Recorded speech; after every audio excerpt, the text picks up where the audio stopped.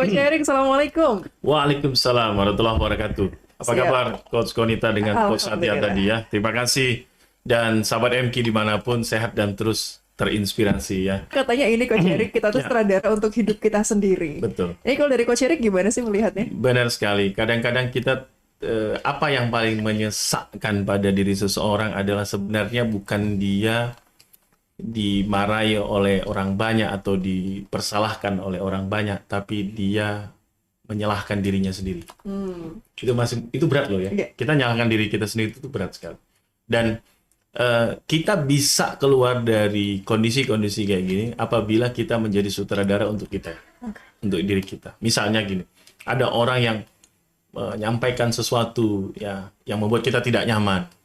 Nah, kalau kita hanya sebagai follower, berarti kita hanya mengiyakan saja apa yang terjadi. Tapi ketika kita menjadi sutradara, tahu nggak sutradara? Sutradara itu kan orang yang memiliki apa ya, power dan tidak ada yang bisa membantah. Iya. Kecuali di atasnya sutradara, apa eksekutif produser. Karena yang punya biaya gitu kan. Jadi ketika kita jadi sutradara, ya kita harus tahu ini layak nggak untuk kita lanjutkan atau kita hentikan. Iya. Misalnya kita diomongin sesuatu yang membuat kita tidak nyaman, bicara fisik, bicara kompetensi yang menurut kita ini nggak baik buat kesehatan mental kita, langsung cut. Nggak mau. Ya, ya. Atau ada pikiran yang membuat kita tuh nggak nyaman, atau pikiran kekhawatiran berlebihan misalnya, ya, waduh, gua diterima nggak ya? Aduh, saya direspon nggak ya? Daripada mikir gitu, cut gitu. Karena itu nggak enak gitu loh. Nah, sutradara itu pasti akan nge-cut adegan yang menurut dia tidak nyaman gitu loh, tidak sesuai dengan skenario, skemanya ya. Maka dia harus mengganti itu dengan ulangi lagi dengan sesuatu yang lebih baik lagi. Nah, maka kata cut itu nanti adalah untuk mengarah kepada sesuatu yang lebih baik. Kenapa kita harus menjadi sutradara pada diri sendiri? Ya karena kita yang tahu gitu loh. Kita ini kemampuan sampai seberapa kuat gitu loh. Totalitas kita itu sampai mana batasnya. Gitu. Kita yang ngerti, kita yang jalani kehidupannya. Nah, kadang-kadang kita terlalu banyak mendengarkan kata negatif dari orang lain sehingga kita tidak yakin dengan apa yang kita lakukan. Betul nggak? Betul. Iya. Makanya kenapa ya kita itu sendiri itu juga harus bisa menahan. Misalnya gini ya, saya lihat misalnya Coach Satya. Iya. Saya lihat dia katakanlah kok makin gemuk. Saya tuh mau ngomong makin gemuk ya. Iya. Saya harus jadi sutradara. Nyaman nggak buat Coach Satya ketika diomongin gemuk tadi? Oh ini mesti nggak nyaman. Saya tinggal bilang sehat terus ya. Nah gitu aja. Ya. Dan itu harus benar-benar. Termasuk marah sekalipun. Misalnya ya, saya marah banget nih sama siapa ya. Katakanlah temannya Cik Satya, misalnya siapa? Mas Fadia lah misalnya gitu ya, inisialnya. Semarah-marah saya nggak akan mau manggil dia nama. Tetap dengan sebutan saya kepada dia. Ya. Semarah-marah saya sama Coach Konita, saya nggak mau. Coach, kamu jangan kayak gitu dong. Nit, kamu jangan kayak itu. Saya tetap Coach Konita. Saya nggak tahu. Coach, tolong dong. Ya, saya tetap akan mengambil posisi, memposisikan orang. Tidak harus kita, ini saya lagi positioning power nih. Harusnya gimana caranya orang yang diomong itu lebih rendah. Nggak gitu. Tapi kita harus jadi tetap sutradara, ada positioning menghargai. Nah inilah yang sahabat MK harus latih. Kadang-kadang keangkuhan, ya ego kita itu membuat kita lemah loh. Ketika berbicara, berkomunikasi dengan orang lain, apalagi dalam bisnis ya. Kita nggak suka, kita langsung marah-marah, udah habis itu orang cukup tahu tentang kita dan mungkin hanya sekali itu aja mereka berbisnis dengan kita. Setelah itu mereka nggak akan berpikir lama. Sama seperti rumah makan ya. Orang hanya datang sekali, habis itu orang nggak datang. Kenapa? Nggak enak. Ya, kan? Iya. Oke, siap. Tetap menghargailah Coach ya, sebagai sutradara punya pilihan dan harus milih yang baik untuk filmnya. Betul, that's right. Kita harus tahu nih, ini layak nggak untuk ditonton, layak nggak untuk dikonsumsi orang. Kan kita yang harus tahu. Karena kita mengarahkan, mendirect orang untuk bisa ke sana. Dan kita bertanggung jawab terhadap hasil dari kualitas itu. Baik, tapi kadang ya Coach Erik sama Mas Satya, Coach Satya, biar sama-sama Coach. Kadang kita tuh punya perasaan juga yang kadang tuh kadang menang coach perasaannya, kadang juga mungkin kalah, kita berhasil pakai logika kita. Itu gimana coach Erik biar kita bisa tetap jadi sutradara yang baik walaupun kadang ya gitu nggak bisa selalu konsisten untuk bikin film itu selalu bagus. Jadi kalau orang memberikan respon, kita jangan langsung segera mungkin merespon. Reaktif. Tenang. Misalnya 5 detik. Dia ngomongin gitu, kita jangan langsung keceplosan gitu. Itu nggak nalar. Kita harus sambil masak. 1, 2, 3, 4, 5, kasih respon. Ya, itu salah satu cara untuk kita supaya bisa, terutama dalam satu tarikan nafas lah kira-kira, lebih dalam gitu ya. Gitu. Karena pasti orang akan berpikir, ya kebanyakan orang akan berpikir kepentingan untuk dia. Dia nggak nyaman, oh saya gimana nih, ke sayanya gimana nih. Nah, tinggal balik lagi ke pola pikir. Sutradara itu kan tidak melihat dirinya, dia melihat satu tim.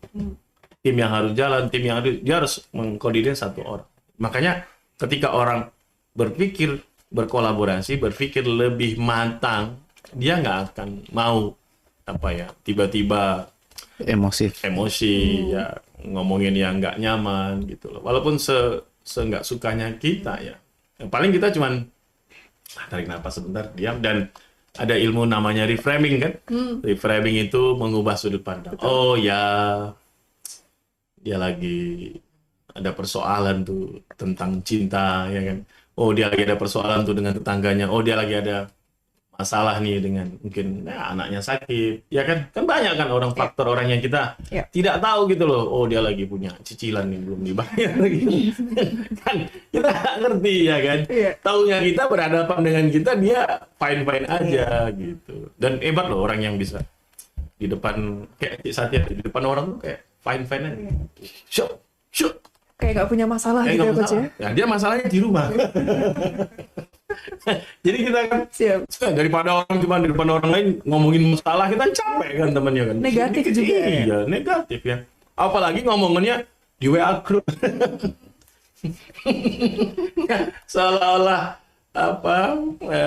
jadi persoalan, padahal sebenarnya jangan-jangan sebenarnya butuh kan gitu loh.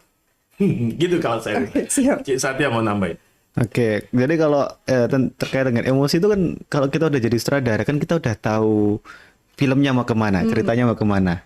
Kita kan bisa mikir adegan itu tuh perlu nggak sih di scene ini gitu. Kalau ibaratnya Pak Erik tadi ya, kalau nggak perlu itu ada ya di cut dulu, berhenti dulu. Oh salah ini adegannya nggak gini. Oke, retake gitu kan. Scene berapa ya tadi? Oke, kita retake. Kita retake tapi sebelumnya kan preview dulu. Iya. Kalau ibaratnya di pensutradaraan tuh ada yang dibungkus, ada yang enggak gitu kan. Kalau emosinya keluar itu kan baru preview dulu gitu kan. Kita preview dulu. Jadi di tumak ninahnya itu preview dulu. Oh, emosinya bisa nih dikeluarkan di sini. Oke, bungkus. Ayo kita jalankan filmnya. Kalau enggak ya, enggak bagus nih. Kayaknya harusnya actingnya itu kayak gini nih. Kalau kamu diginiin, responnya gini. Oh, ini yang terbaik nih, pilihan terbaik menurut kita. Yaitu yang kita lakukan. Jadi kita punya kontrol penuh untuk menentukan respon kita apa. Karena di film itu kan juga nggak langsung jadi kan kalau kita bikin film. Ada scene-scene yang kita bungkus, ada scene-scene yang kita delete gitu kan. Kenapa? Actingnya salah, responnya salah. Nah, otak kita itu mempreview itu tadi. Mempreview adegan-adegan yang kemungkinan, wah gue sebenarnya marah nih itu. Kalau saya seumpamanya melakukan kesalahan, kemudian saya ditegur sama Pak Erik. Coach, kenapa kamu kayak gini? Negurnya udah baik-baik. Tapi kalau saya punya masalah, Coach Erik juga nggak tahu kan, saya juga, Pak Erik tuh, aku punya masalah malah dimarahin. Apakah aku harus merespon seperti itu? Atau aku harus merespon seperti apa? Oh, ternyata responnya, baik Pak, nanti saya perbaiki. Itu masalah selesai, filmnya bagus. Iya. Gitu kan. Seperti scene yang diharapkan, cerita yang diharapkan, ya udah itu yang dipakai. Jadi kita punya kendali seperti Coach Erik tadi bilang, kita mau ceritanya seperti apa? Mau cut kapan, mau action kapan? Aktornya itu harus berekspresi seperti apa, itu harus sutradara yang mengatur. Nah, maka kalau kita jadi sutradara, kita bisa ngatur itu semua. Barangkali terakhir gitu ya, satu kesimpulan deh masing-masing. Dari Coach Satya dulu, silahkan. Oke, jadi kita harus bermulai dari punya tujuan. Kemudian dari punya tujuan, kemudian kita bisa tulis ceritanya sendiri. Saya masih ingat tahun 2009 saya diajar oleh seorang dosen, saya alumni Amikom, dosen logika informatika. Pembawaannya keren. Saya selalu bilang, wah, suatu saat saya pengen kerja sama bapak ini, gitu kan. Dan beberapa tahun kemudian, alhamdulillah saya beneran kerja sama bapak itu, yang sekarang ada di sebelah saya. Saya memutuskan udah punya tujuan, kemudian caranya seperti itu, dan ternyata sama Allah dikasih jalannya.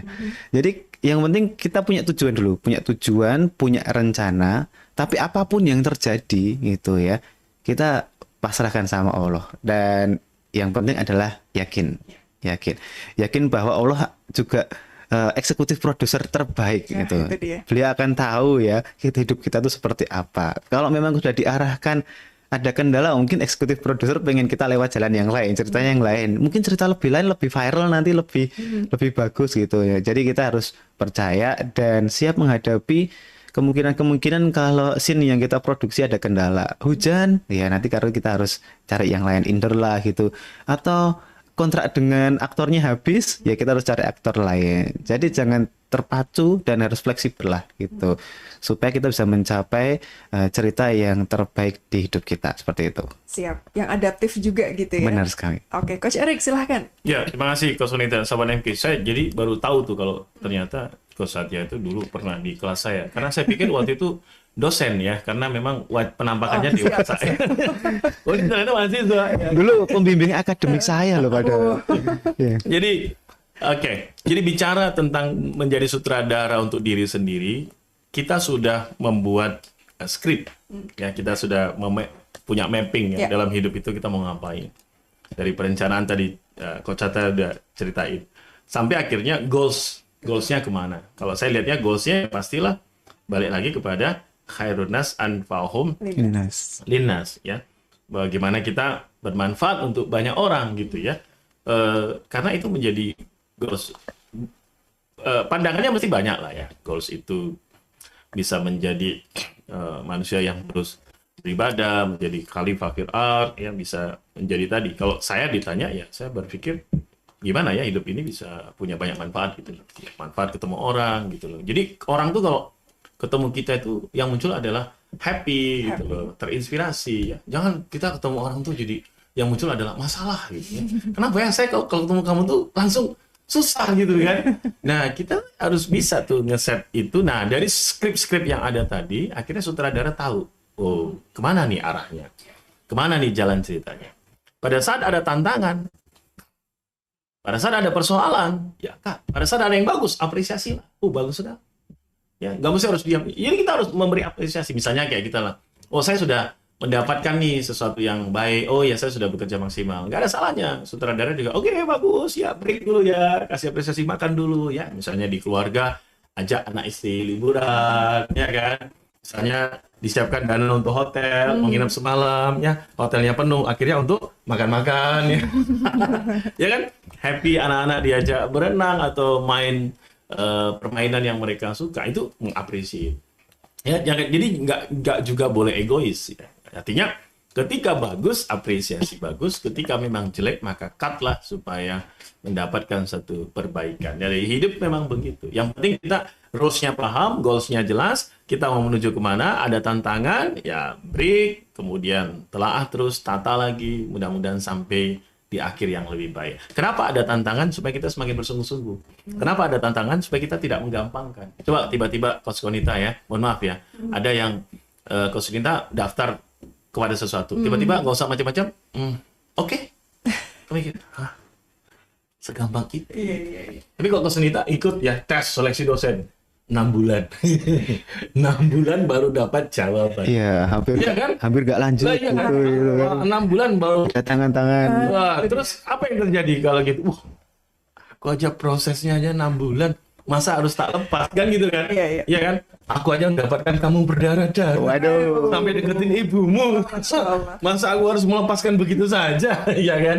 Jadi balik lagi, endingnya dapat karena itu adalah kesungguhan. Sehat dan terus terinspirasi. Sehat dan terus terinspirasi. Siap. Pasti prosesnya pun berdarah-darah gitu ya. Totalitas insya Allah hasilnya pun juga akan sesuai gitu Betul. ya. Benar. Siap Coach Erik, Coach Terima kasih. Satya. Terima kasih Terima kasih. banyak. Selalu menginspirasi. Semoga bisa berezeki ketemu lagi. Amin. Assalamualaikum warahmatullahi wabarakatuh. Waalaikumsalam warahmatullahi wabarakatuh.